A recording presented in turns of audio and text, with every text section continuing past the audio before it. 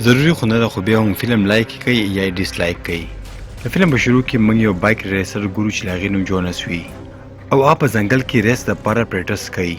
جونس هلته کې یو سرچپه سړی وګوري او هغه ډېر زیات زخمي وي. جونس رامنډه کوي او د دې مدد کوي خو دا سړی ته وایي چې دلته نه تخته کښېني هغه به تا مړ کړي.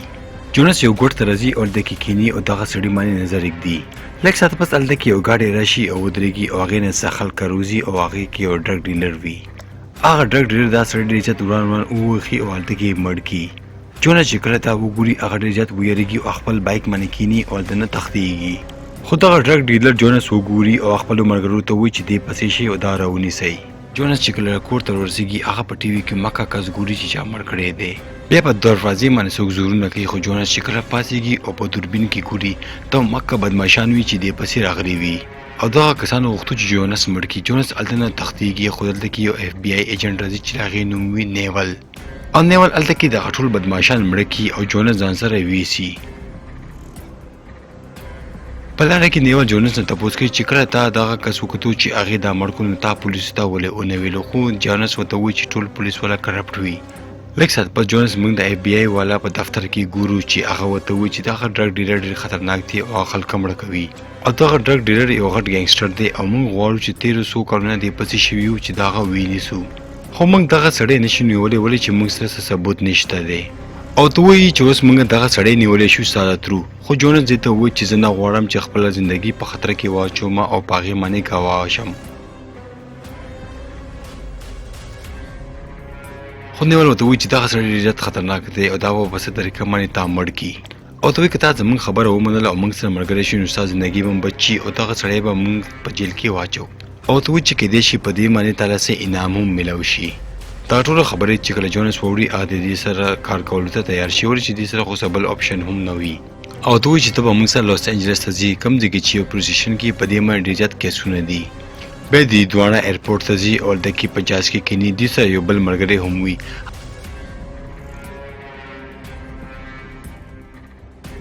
هلته کې یو کس په ګلونو باندې څه سپری کوي او بیا دغه ګلونه دغه مسافرو ته یې ور او دغه شان د جونس او له هغې ملګری په جاز کې کښېني او دغه جاز والوزېږي او لوس انجلس ته روان شي. په دغه تیاره کې ټول مسافر ډېر زیات خوشحاله وي او خپل ټایم انجوی کوي او هر څه ټیک روان وي خو په جاز کې لاندې په سامان کې یو ټایمر وي او په هغې باندې 2 منټه ټایم وي. جونس او دغه ټولو مسافرو ته دغه باره کې څه علم نه وي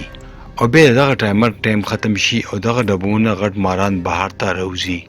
او دغه ماران په ورو ورو ټولې تیارې ته ورخواره شي.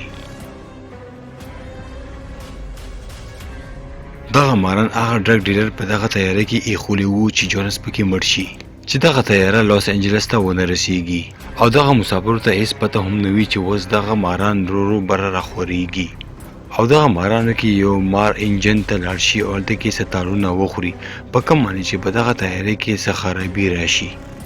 او دغه ماران په ورو ورو مسافرو ته راشي او هلته کې یو هلک تشناب ته تللی وي او دغه مار پې اټیک وکړي او هغه وخوري او بیا بل هلک هم تشناب ته ځي او دغه مار پې حمله وکړي په کوم باندې چې دغه هلک سر شاته دیوال ته ولګي او دا ډېر زیات زخمي شي. دغه ماران ډېر زیات زهریره وي او دا چې څوک هم خوري او دا هغه په موقع باندې مړه کوي او دغه شانتې دا ماران په ټوله تیاره کې خواره شي او بیا موږ دغه ټول ماران هغه ګلونو خواته ګورو چې ډېر زیات په تیزۍ ور روان وي په کوم باندې چې دوی کیمیکل اچولی وو او دغه کیمیکلو سره دغه ماران نور هم مست شي او دلته کې موږ ته دغه پته لګېږي چې دغه کیمیکل یې په ګلانو باندې ځکه اچولی وو چې دغه ماران ګلانو ته راشي او نور هم اګریسیف شي او خطرناک شي. او بیا موږ دغه تیاره ګورو چې له هغې یو انجن کار هم پرېغوستی وي او هغې کې یو طرف ته لایټ هم تلی وي. بیا یو پایلټ راجګېږي او غواړي چې لاندې هغه سامان ځای ته لاړ شم او وګورم چې څه کیسه ده خو کله چې دا لاندې راشي دا هر څه ټیک کي او نارمل کي خو هلته کې په یو غټ مار حمله وکړي او دغه پایلټ هلته کې مړ شي خو کله چې دغه جنۍ او بل پایلټ راشي نو دوی دا فکر کوي چې دې ته هارټ اټیک وشو او دا مړ دی.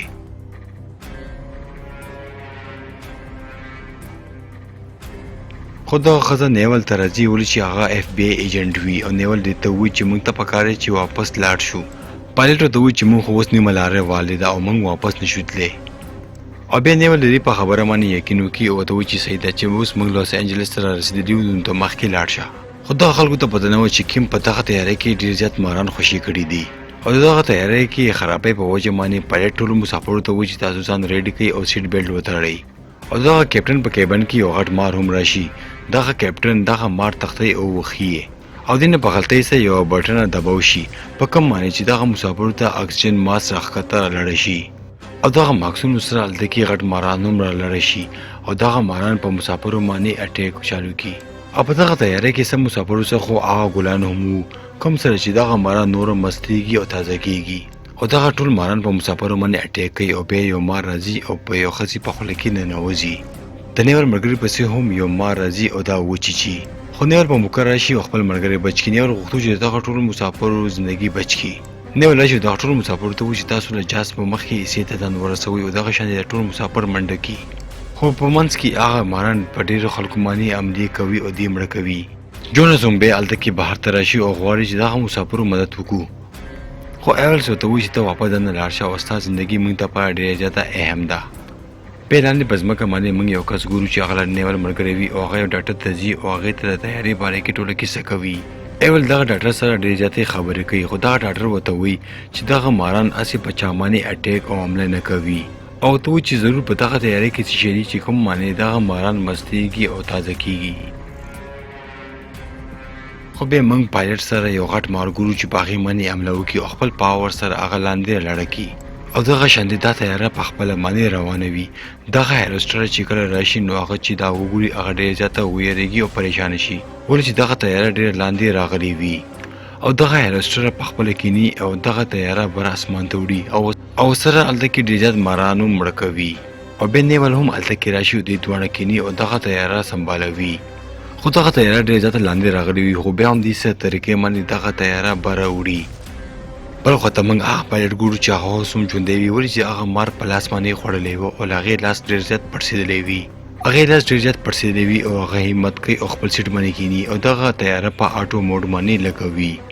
بل خو ته هغه ماران په پړو باندې راخیږي او هغه مسافرو پسې کوشش کوي نیول چې کله یو ځل بیا د پایلټ کیبن ته راځي دا ګوري چې هغه پایلټ مړ وي او دلته چې کله ډېر زیات ماران وګوري هغه ډېر زیات حیرانه شي او څوک هم نه وي چې دغه تیاره والوځي دغه هیروسټر مسافرو ته راځي او دې ته تپوس کوي چې دلته کې څوک شته چې هغه دغه تیاره الوځولی شي هلته کې هېڅ څوک هم نه وي خو یو کس ناست وي هغه ورته وایي چې ما په ګیمونو کې تیارې الوځولې دي او دغه ټول مسافر دغه هلک ته وایي چې ته لاړ شه هغه کیبن ته او دغه تیاره والوځوه دغه ټول خلک ځان تړي او هلته کې کړکۍ ماتوي چې دغه تیزې اواز سره دغه ټول ماران به بهر ته لاړه شي او بیا نیول د تیارې دوه کړکۍ ماتې کړي او دغه تیارې نه ټول ماران بهر ته پرېوځي او دغه مسافرو ځان تړلی وي او په رسۍ باندې ډېر مضبوط وي خو بیا یو مار راځي او له یو جینۍ مرۍ نه تاویږي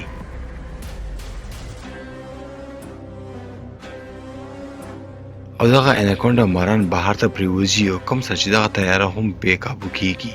خو بیا نیول او هغه هلک ډېر په احتیاط سره دغه تیاره لاندې کوزه کړي او دغه ټول مسافر ایمرجنسي ډور باندې لاندې کوزیږي خو بیا یو غټ مار راځي او په جونس په سینه باندې نښلېږي نیول یو تمانچه راخلي او په دغه مار باندې ډز وکړي خو په دغه ډز باندې جونس ولګېږي او داسې معلومېږي چې جونس اوس مړ کېږي خو کله چې دې شرټ وکاږي دا ګوري چې دې یو جیکټ اچولی وي